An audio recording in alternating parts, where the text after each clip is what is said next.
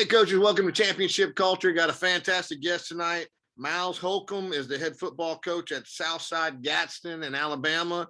He has just finished up his first year there. They had a good playoff run this past year, heading into a second year. That is in Northeast Alabama, not too far away from Birmingham. So trying to get your map right.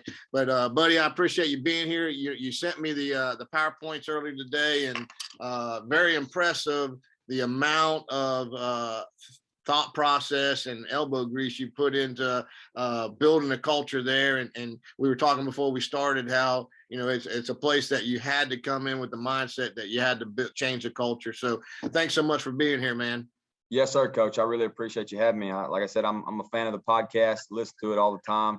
What is that? I think there's like 61 of them right at this point in time. I try to listen to all of them. I go through them all. I like to find a way. If I can piece a nugget here, nugget there. Always trying to learn a little bit. So I appreciate you having me on. I tell you, I'll do it again this year, but at the end of like sometime in the summer, I'll usually go through there and try to pick 2 or 3 ideas off the podcast that I want to, put into the program this year. So I'm looking for a good one from you, buddy. And judging from the PowerPoints, I know we're going to get one. So thanks so much for being here, man. Let's jump into this.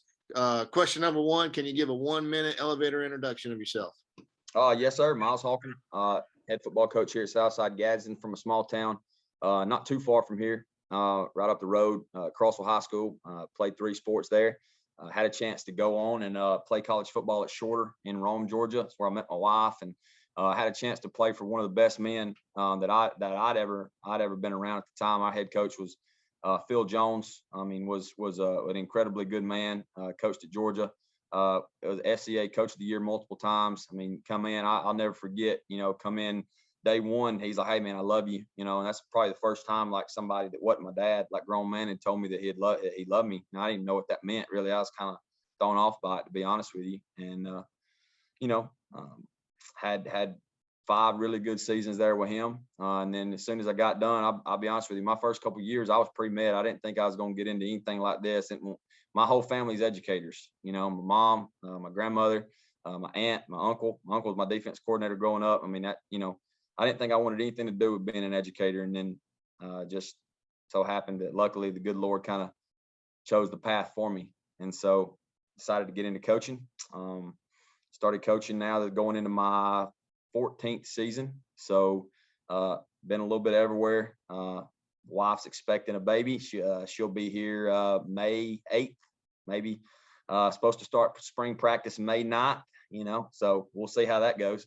But we got a 9-year-old son named Cannon. Me and my wife's been together for 10 years now. So I'm not sure how that happened. We got married in September. So I don't, most football coaches don't get married they don't get married during football season, but she refused to she wanted an outdoor wedding, and we didn't do it in the summer, and she refused to do it in December. So she said, "We're getting married in September." So I said, "Yes, ma'am." And we got married. And then the following day I went to film on Sunday. So that's just that was my first year, my second year coaching. So that's kind of all we know. So.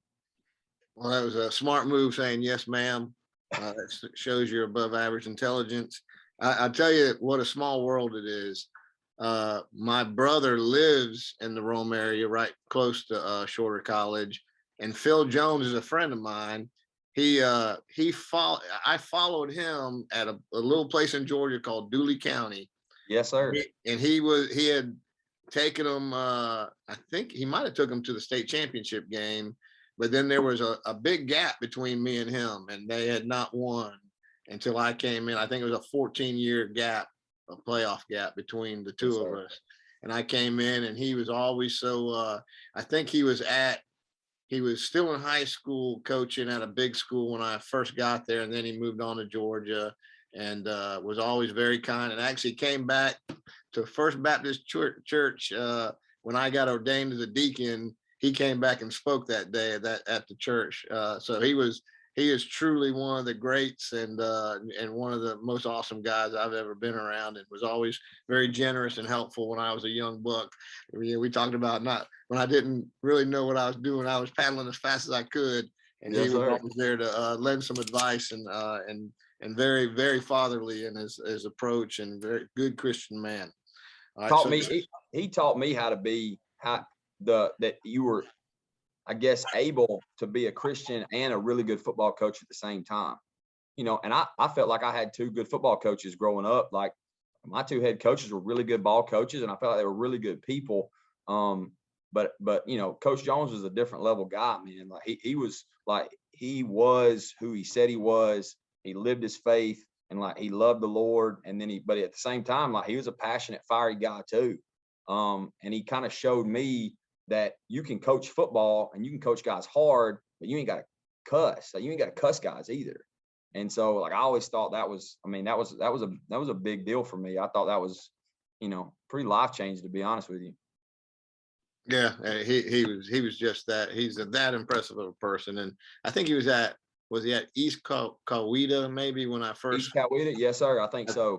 I think that's where he was when I first got to Dooley, and then he retired, and then went to Georgia, and then kept on going. So great guy, and you're very lucky to be able to. I was lucky just to know him, but you were extra lucky to be able to get coached under him and by him. So small world, man, small world. Yes, sir. All right. So question number 2: how do you define culture in your program? So I think we define culture by two ways.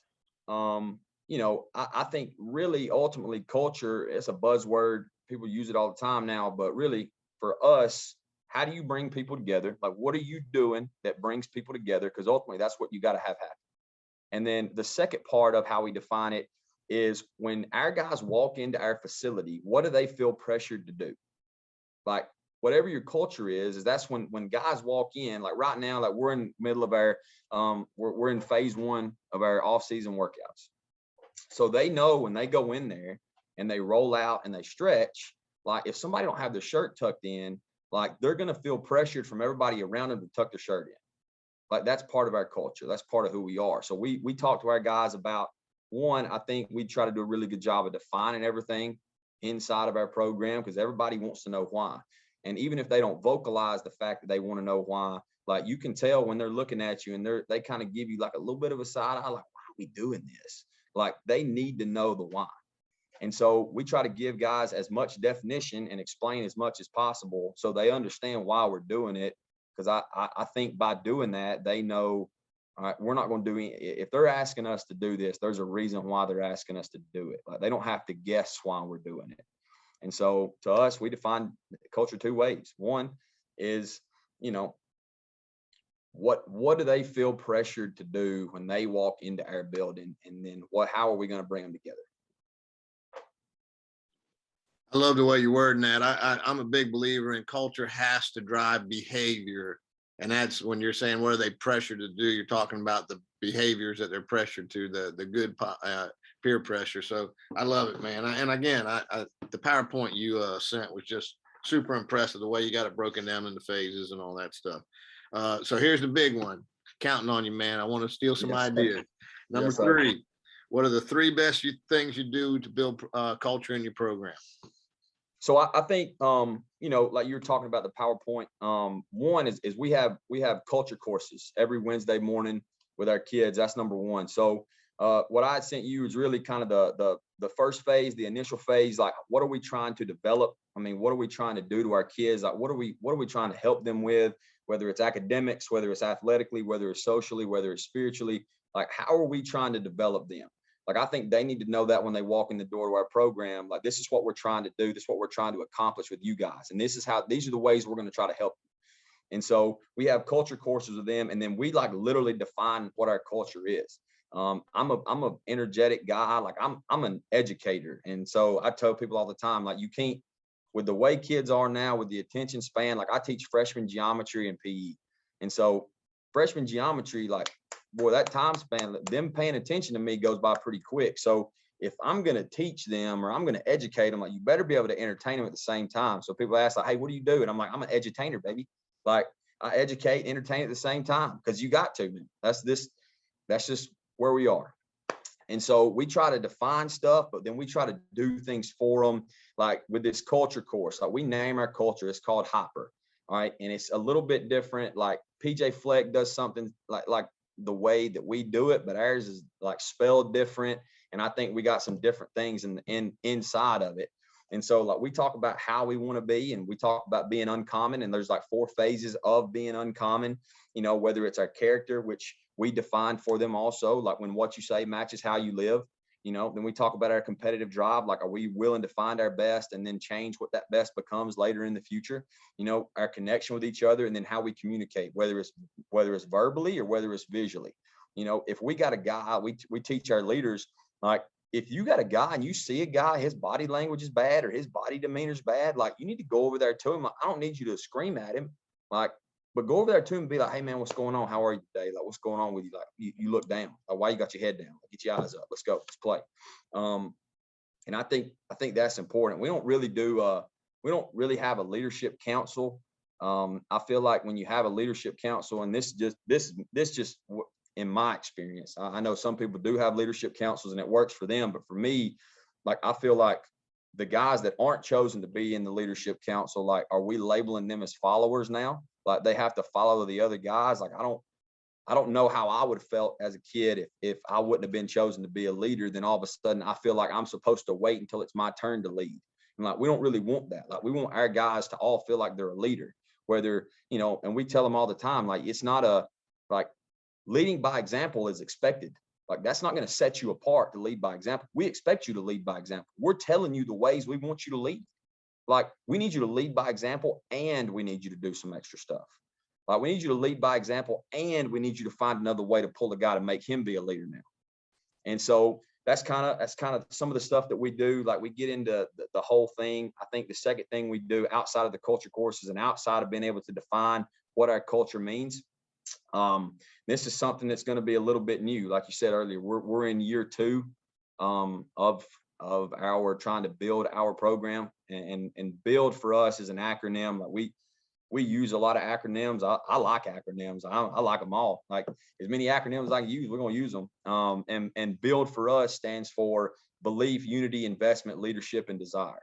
And so those are the ways that we want to build our kids up. I truly believe that in a world of social media now, I mean, whether it's a coach, whether it's a kid, I can't imagine being a kid like on a high level and playing at a high level right now. And you have enough courage about you because your coaches have built up courage inside of you to go try to make a play. And then all of a sudden, like, you just don't make the play. Like, somebody else just makes the play. And then all these, Twitter warriors are out there talking about how bad you are and how you can't play and how, you're embarrassing. And so, like, our kids now have so many other forces outside of them trying to tear them down that we got to build them up. And like, we got to build courage into our kids right now. And if we're not building courage into our kids, then they're not going to have enough about them to, like, just go make a play. And like, for them to understand, like, hey, if you don't make it, man, like, it's all right. Like, you're going to have another chance to make another one. Like, it's good. Like, you ain't got to worry about that. Just go find a way to make the next play. Like, you might not have made that one, but find a way to make the next one. And so going into this year, like, part of us building our kids up, we're going to have what we call wellness checks. And so we've created like this long form. And so throughout the year, as we get into this, there's going to be a couple different things about, like, one of them is like, how much you sleeping? Like, are you eating enough at home? You got anything on your mind? Is anything going on that you want to talk about? And it's like, it's anonymous. Well, I say anonymous, like nobody else gets it but me. And then each week I'm going to call about 5 guys in per week. And we're just going to have a wellness check. Like, they're just going to come in and I'm going to go through their Google form and I'm gonna be like, hey man, like, you picked a 2 out of 5 on your sleep. Like, can you kind of tell me what's going on? And we kind of tested it with some of our guys, like, getting into this, getting into our phase 1. And some of them's like, yeah, coach, I've been up playing Xbox, or I've been up playing PlayStation, and some of that. And I'm like, well, here's the deal. And we gave them all at the end of the year, they filled out like an end of the year assessment. And then the guys that were returning filled out the goal sheet. And they, it's what do you want personally? What do you want academically? And what do you want athletically? And some of the stuff they would put about, well, I want to be a 1,000-yard receiver next year, or, I want to have, 15 interceptions, and we want them to be specific. And so I can kind of pull that out. And I'm like, well, you're staying up till 2:00 in the morning, but you told me you wanted to be an all-region player. Like, what you're telling me you want, and then your actions like aren't matching up. like what's going on? Like, how can we fill that void? Like, how can we, decrease the gap between what you're doing and what you want to do? Like, how can I help you? And I think kids need to understand that they're not here to serve us. Like, us as coaches, we're here to serve them. Like, that's our job. We're here to serve these kids. Like, these kids come in here, like, they don't make no money off of us. Like, they don't get to have commercials, or they don't get to have NILs yet. Like, they're just here to play football. And I think that's part of the reason why I love coaching high school football. Like, these kids right now don't get anything out of it. They just love playing football. Now, we got some guys that are going to get a chance to make something out of it in the future. But right now, we're just coaching guys that love playing ball. And it's our job to serve them and help them be able to accomplish the things that they want to accomplish. And really, I guess, lastly, at the end of the year, and I thought this was awesome because we started doing this about 2 years ago. And then all of a sudden, like, you see the Raiders coaches doing the same thing the other night. And I was like, well, looky there. Like, that's awesome. Like, we have like thank you notes. I've got some right here. Like we make postcards, and it's got like whatever the deal is. And then after the season's over, like, each unit coach writes a thank you note to their players. And so we do it to our administration. We do it to like our corporate sponsors, and we do it to each one of our kids. And like, I remember the first time we did it, I had a kid come up to me and he was like, yo, I just got a thank you card from you. Like, what's that about? And I was like, well, did you read it? And he's like, yes, sir. He's like, I just never got a thank you card from a coach. He's like, what do you mean thank you? And I was like, I mean, thank you. Like, do you realize all the stuff that we asked you to do that you did? And he's like, nah, I ain't thinking about it like that. And I was like, we ask the most out of our kids. Like, as a football coach, like, we ask the most and we give them the least. Like, we played 11 games this year, and we worked for 7 months to play 11 games. Like, that don't even make sense. Like, and if you're thinking about it as a kid, like, I'm a 16-year-old kid, like, I'm gonna work for 7 months to play 11 times. Like, what am I getting out of this? And so, to me, I think that the relationships that we're able to build with our kids, the fact that they understand that we're grateful for them, and like, we're grateful for the things that they do for our program, and that we just want a relationship with them. Like, there was a kid, my defense coordinator went to a wrestling meet, and a kid come up to him and he was like, hey, so football coaches come to wrestling meets?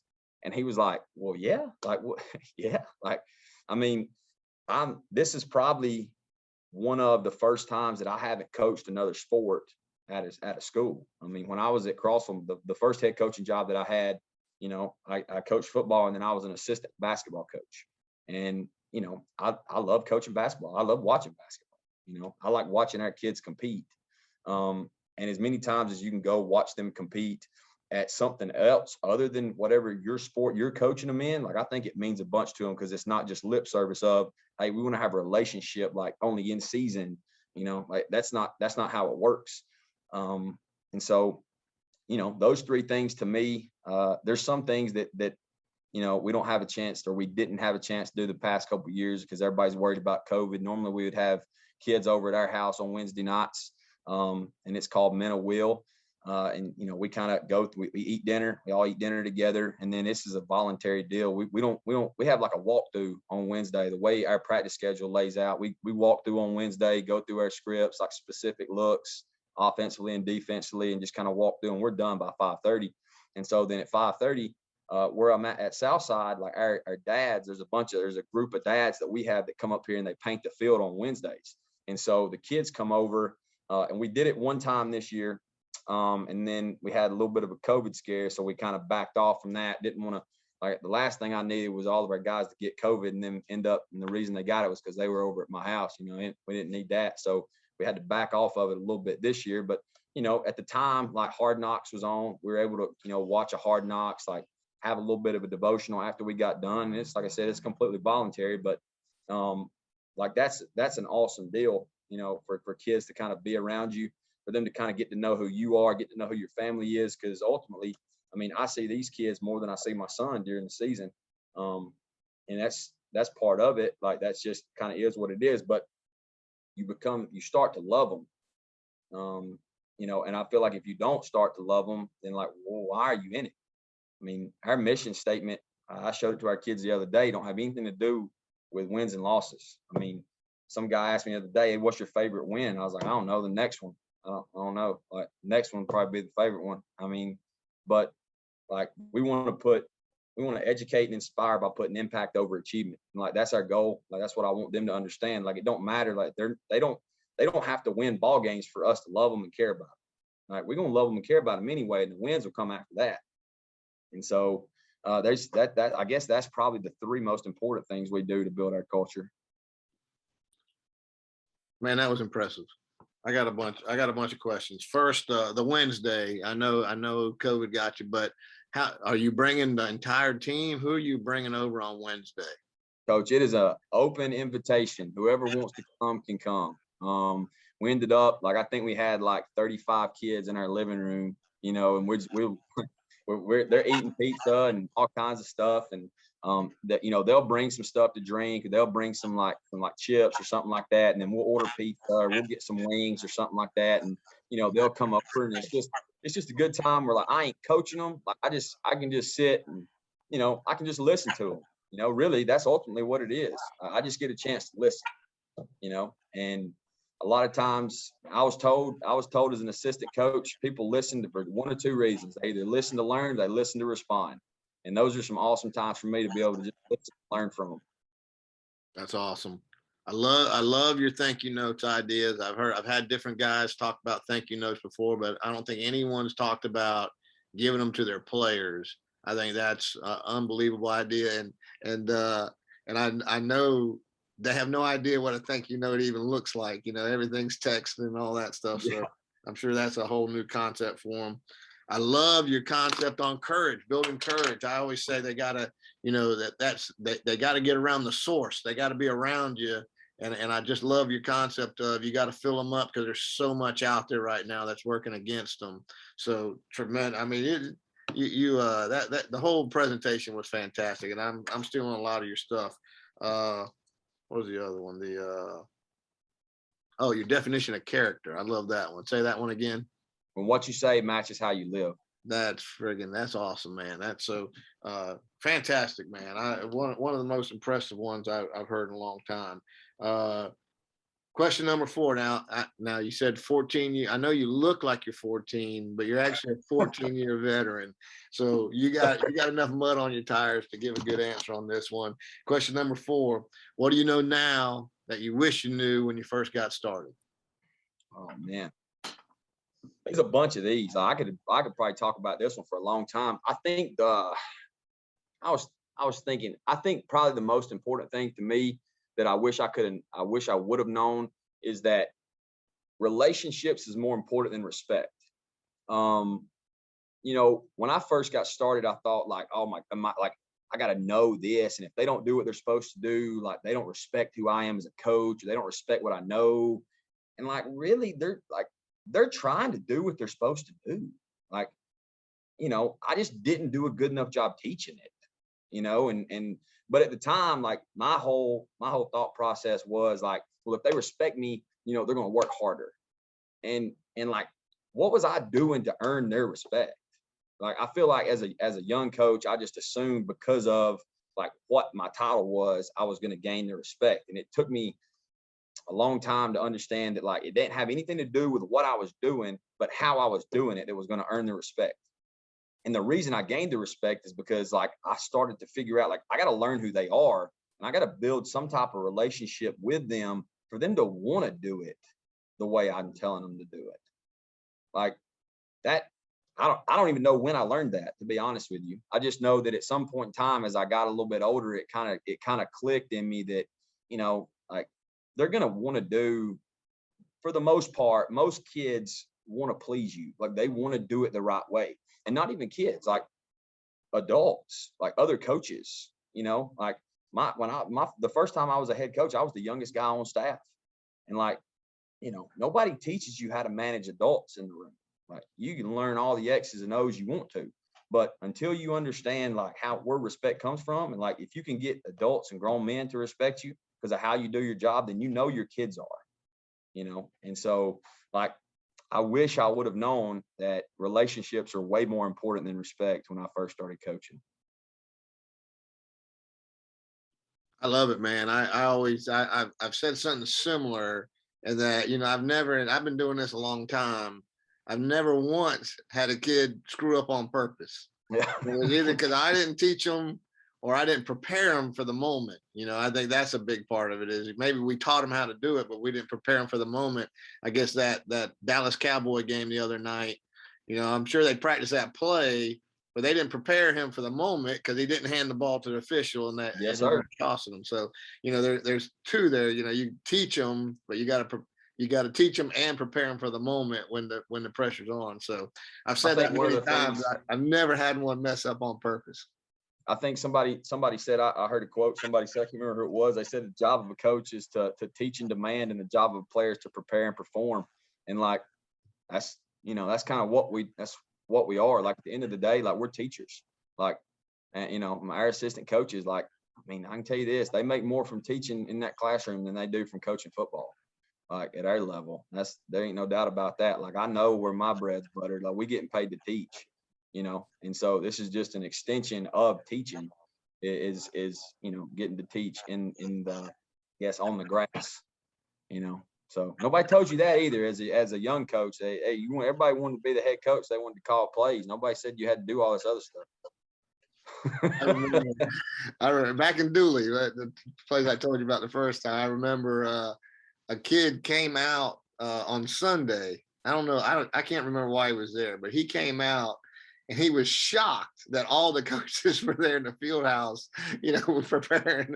He had no idea that happened on Sundays. That we all had to spend our Sunday afternoon up there getting ready for Monday. And I can remember he was just completely dumbfounded and shocked, like, "What are you guys doing here?"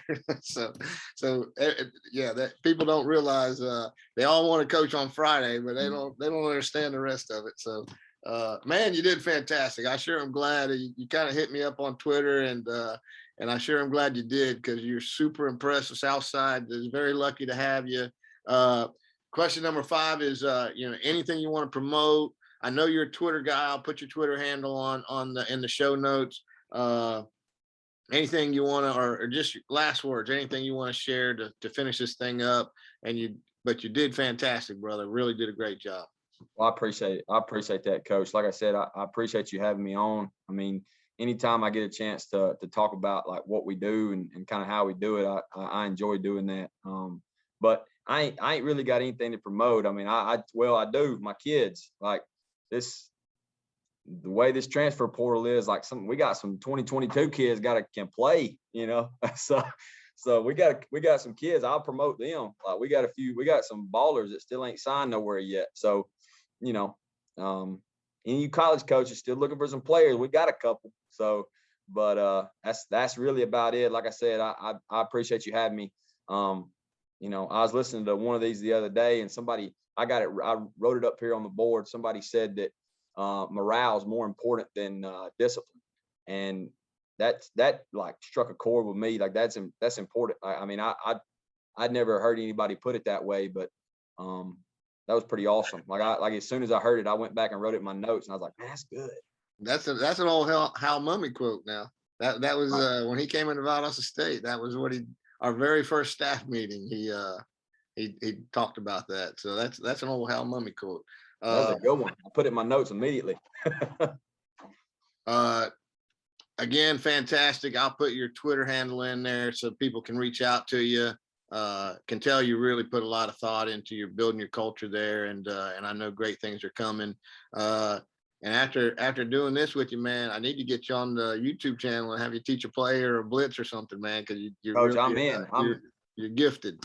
Hey, Coach, I appreciate it, man. I love some offensive stuff, man. I guess I'm more of an offensive guy than I am a defensive guy, even though like early on in my career, like small schools, you got to coach both sides. I'll be coaching receivers and then turning around coaching inside backers, So I did that for a little bit, but now I guess I'm at a spot where we're lucky enough to kind of be split. We got an offensive staff and a defensive staff. And so I enjoy talking defense just because I like to figure out what them guys are doing so we can exploit it, I guess. But I'd love to get on there. We don't know if anything we do is any good or not, but we try to do it. We try to do it the best we can.